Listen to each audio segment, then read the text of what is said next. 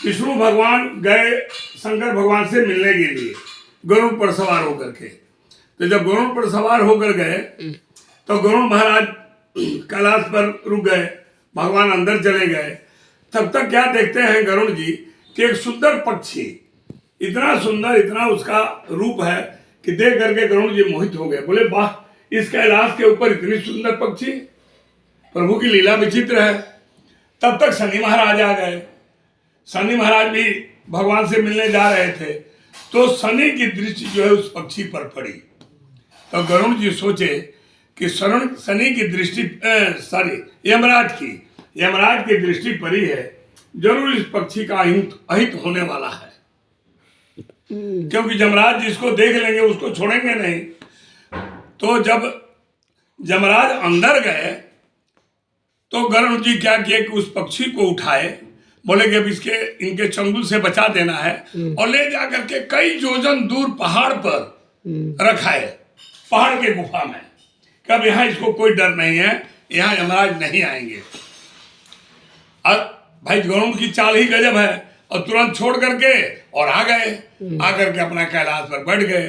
तब तक उधर से शनि महाराज निकले। तो शनि महाराज अब इधर उधर देखे तो गरुड़ जी बोले कि क्या देख रहे हैं, पंछी को?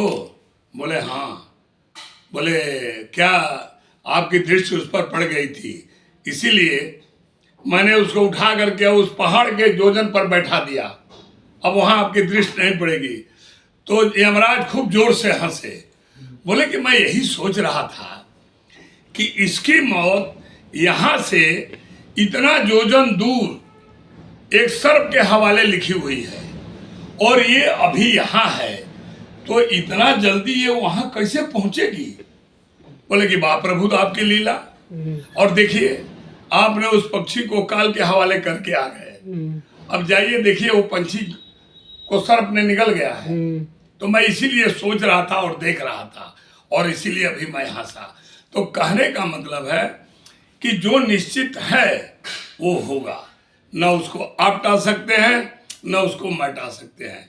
अगर भगवान का वनवास लिखा था तो समय पर ही हुआ, चाहे उसके लिए कैकेयी दोषी हो, चाहे उसके लिए जिसको भी दोष माने, मंथरा को माने, वो जो निहित लिखा हुआ है वो घटेगा। वो समय लिखा होता है बस, जब भगवान को पर लिखा, हम लोगों पर लिखा। कहने का मतलब है कि जब हमें सत्संग में जब का समय लिखा होगा, भक्ति जब मिलनी होगी वो मिलेगी। हाँ, उसके लिए हमें अपने आप को प्रयास करना है, अपने आप को उस लाइन में ढालना है। लेकिन जो भक्ति मिलनी है, जो मोक्ष मिलना है, जो कुछ भी ईश्वर ने लिखा है वो सब निहित है। समय समय पर सब चीज आपके पास जो है आता रहेगा और आप उसको ग्रहण करते लेंगे। इसीलिए कहा है कि अपने मन, अपने तन, अपने स्वभाव को मत बदलो, दुनिया बदल जाए। क्योंकि जब आप अच्छा काम करेंगे तो 10 आदमी आपको काटने वाले दौड़ेंगे, न जाए। क्यों? ये माया का रूप है, वो नहीं चाहेंगे कि आप भक्ति करो, ठीक है ना। जब भगवान वनवास को गए और जब सीता जी का हरण हो गया तो भगवान जो है एकदम वियोग में आ गए। माने ऐसा लगा कि इनके जैसा आशिक और इनके जैसा ये कामी पुरुष कोई दुनिया में है नहीं। जब ऋषि मुनि तपस्वी देखे कि अरे ये भगवान हैं, ये ब्रह्म हैं, जब इनकी हालत ये है, तो उन्होंने जो भी अपना पूजा सामग्री रखा हुआ था सब अपने कुटी से निकालकर बाहर फेंकने लगे। बोले कि जब इस माया ने इनको नहीं छोड़ा तो हमको कहाँ छोड़ेगी? ये जब ये वियोग रस में घूम रहे हैं, इनकी ये दुर्दशा है कि लता पता से पूछ रहे हैं, हे खग मृग हे मधुकर श्रेणी तुम देखी सीता मृग नैनी, ऐसे ऐसे पूछ रहे हैं, तो हम लोग की क्या दशा होगी? तो ये प्रभु की लीला प्रभु ही जाने। इसीलिए जो घट रहा है उसको घटने दीजिए, उसमें आनंदित रहिए, क्योंकि ये प्रभु की बनाई हुई विधान है और उस विधान पर सब कुछ चल रहा है। हमारा आपका इसमें कोई अधिकार नहीं है, कोई हक नहीं है, कोई बल नहीं है, क्योंकि हम लोग निर्जीव हैं।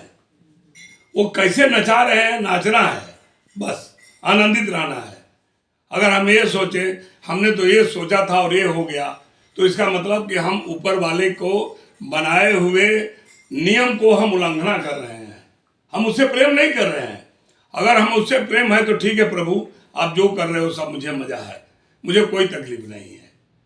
और जब ये भावना हमारे अंदर आ जाएगी तो प्रभु को क्या है, प्रभु तो हमारे साथ हर समय है, बस हमारी नजरिया नहीं है देखने की, वो सब देख रहे हैं हमारे सब कर्म, हमारे सब कुकर्म, धर्म अधर्म।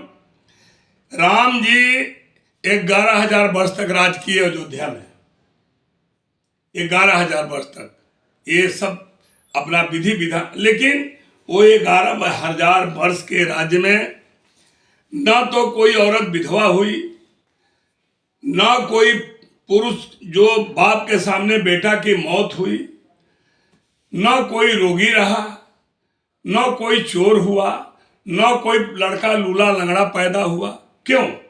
एक ही चीज था, धर्म।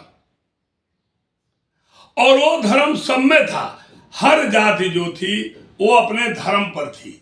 ब्राह्मण का धर्म था वेद का उच्चारण करना, क्षत्रिय का धर्म था रक्षा करना, शूद्र का धर्म था सेवा करना, वैश्य का धर्म था व्यापार करना। तो वो राज्य क्यों चला 11,000 वर्ष तक? बोलते हैं ना कि राम राज्य, राम राज्य की अभी तक लोग प्रशंसा करते हैं। भगवान ने सब नहीं किया था, वहां ये था कि सिर्फ धर्म का ज्ञान था, धर्म ही स्थापित था, जिस धर्म के वजह से सिर्फ भगवान धर्म पर नहीं थे, वहां के जितने जीव जंतु पशु प्राणी नदियां सब धर्म पर आधारित थी। हर आदमी अपना, हर जाति अपना धर्म का पालन कर रहा था, हर स्त्री अपना धर्म का पालन कर रही थी, हर पुरुष अपना धर्म का पालन कर रहा था। और जहां धर्म है वहीं सुख है, वहीं शांति है, वहीं सब कुछ है। जहां धर्म नहीं है वहां कुछ भी नहीं है। तो 11,000 साल राज करने का मतलब धर्म पर ही राज किए भगवान, और धर्म की स्थापना हुई थी। नहीं तो कौन राज करेगा? 5 साल के बाद मंत्री बदल जाते हैं, 5 साल के बाद मंत्री बदल जाते हैं, है? तो इसलिए धर्म का पालन करना, हम जो है, हम एक ब्राह्मण है, हमारा धर्म क्या है? हमारा धर्म है लोगों को सही उपदेश देना, हमारा धर्म है भगवान का भजन करना, हमारा धर्म है धर्म की रक्षा करना, धर्म के रास्ते पर सबको ले जाना, बताना, पालन करे न करे उसकी मर्जी है। ठीक है दीदी।